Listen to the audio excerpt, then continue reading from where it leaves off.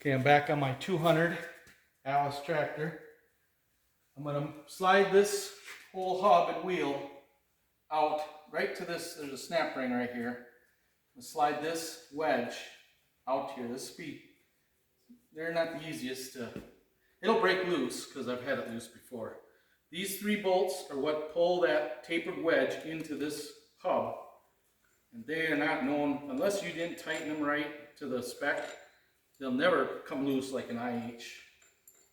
And I've never had one frozen up enough like them old John Deere rack and pinions where they'll crack the whole hub if you're not careful. I've had to apply a little heat, but not enough. You didn't make it cherry red or nothing. Just warm it up and to break the bond sometimes. I had one many years ago. I did heat to red hot this part with a big rosebud. But these are the jack bolts. They're machined. They're grade 8 special thread. I don't know if that's a special thread. It looks special. And they're machined.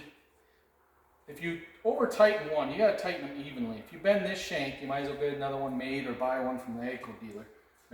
They used to be cheap, $4 and some odd cents when I bought them years ago, 20 years ago, 20 something years ago. Takes a 15/16 socket, you turn them in.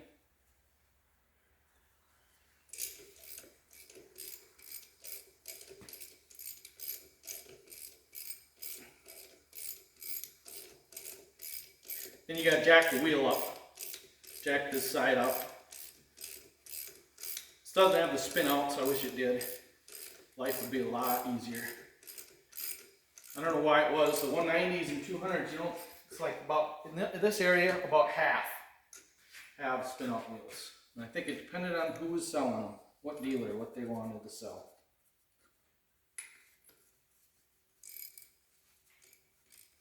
So my D19, same setup, except for it's 34-inch, these are 38-inch tires. But the D19, that's got spin outs, and a lot of them didn't. But I'd say there's, in this area, more of the D19s, they're older, had spin outs than didn't. Mine's got it. And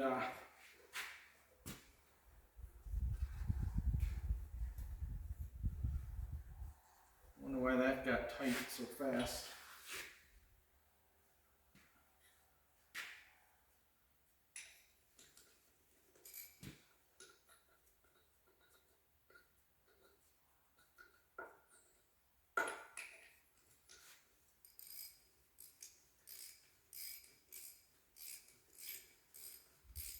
I just widened the front end this morning. That'll be on a video. I don't know if I do a good job at this, but I'm doing it. By far, no pro at doing videotapes. One don't feel right.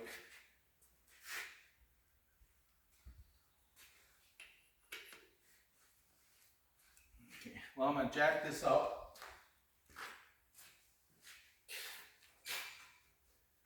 I should have a bottle jack and a bunch of crating or a stack of wood blocks. It's quite a stack to be safe. And I just got this floor jack that's heavy duty. That's enough. And I just gotta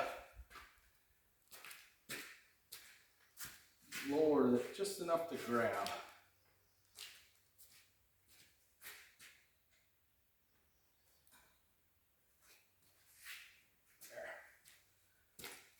That'll work. I got my Mac. I have to get another one. I cracked this some years ago, and it's cracked right here, and it might break today. But I've used this a lot. I've put a lot of stress on it, even when it's cracked all the way from this side to this side. It's just unbelievable how good of a tool this was. And now you can't, they don't make them like that. The Mac one.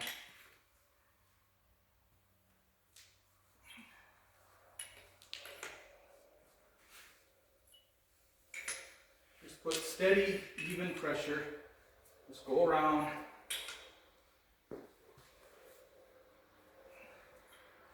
I have to get my own Craftsman. That takes a pipe because it's shorter. Or get my 3/4 inch, that's what I should have. But that's a cheap Chinese thing.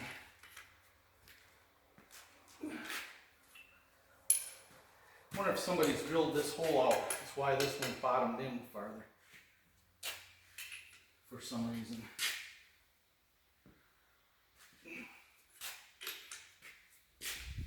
There, I can feel it break loose already.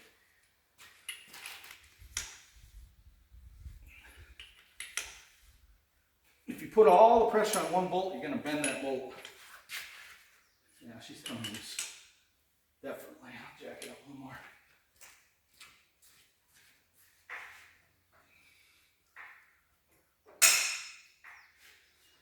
So I took a measurement before I did this, 7 inches from the end of my axle to this. So when I want to put it back to 30-inch rolls, that's where I'll slide it.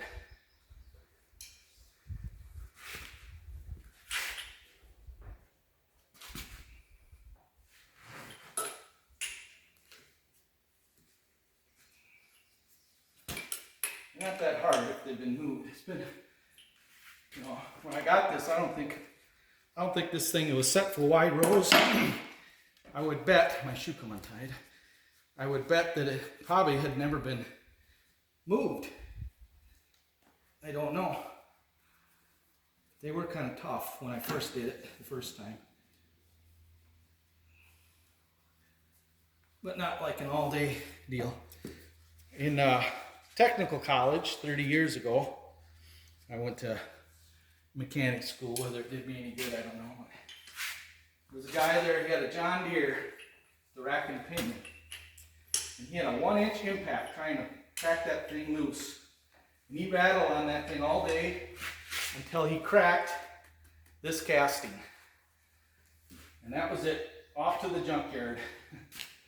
Because that thing was junk then. So I think the rack and pinion works good if you keep using it. But if you let it go too many years, it's going to rust up pretty solid. The International, I worked at a Case IH dealer in parts.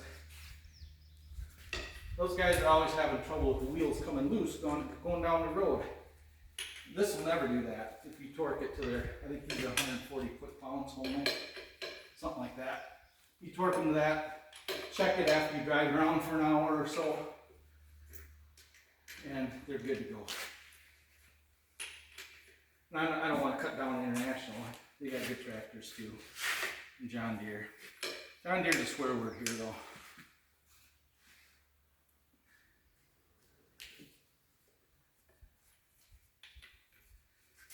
I'll show you.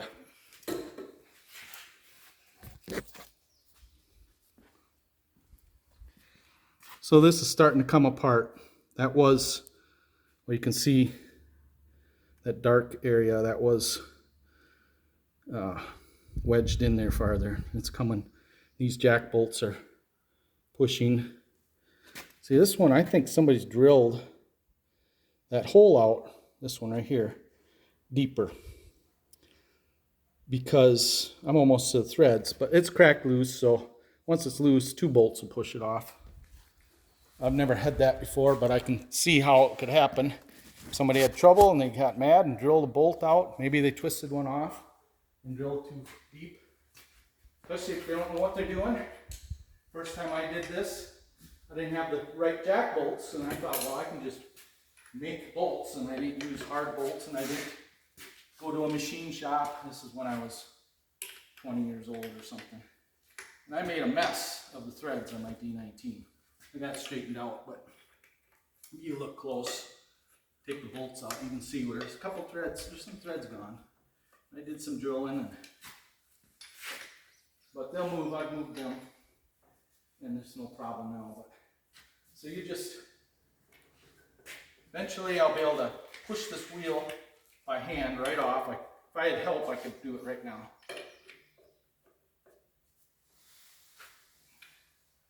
Push it off the wedge, And then some people drive a chisel into this slot right here.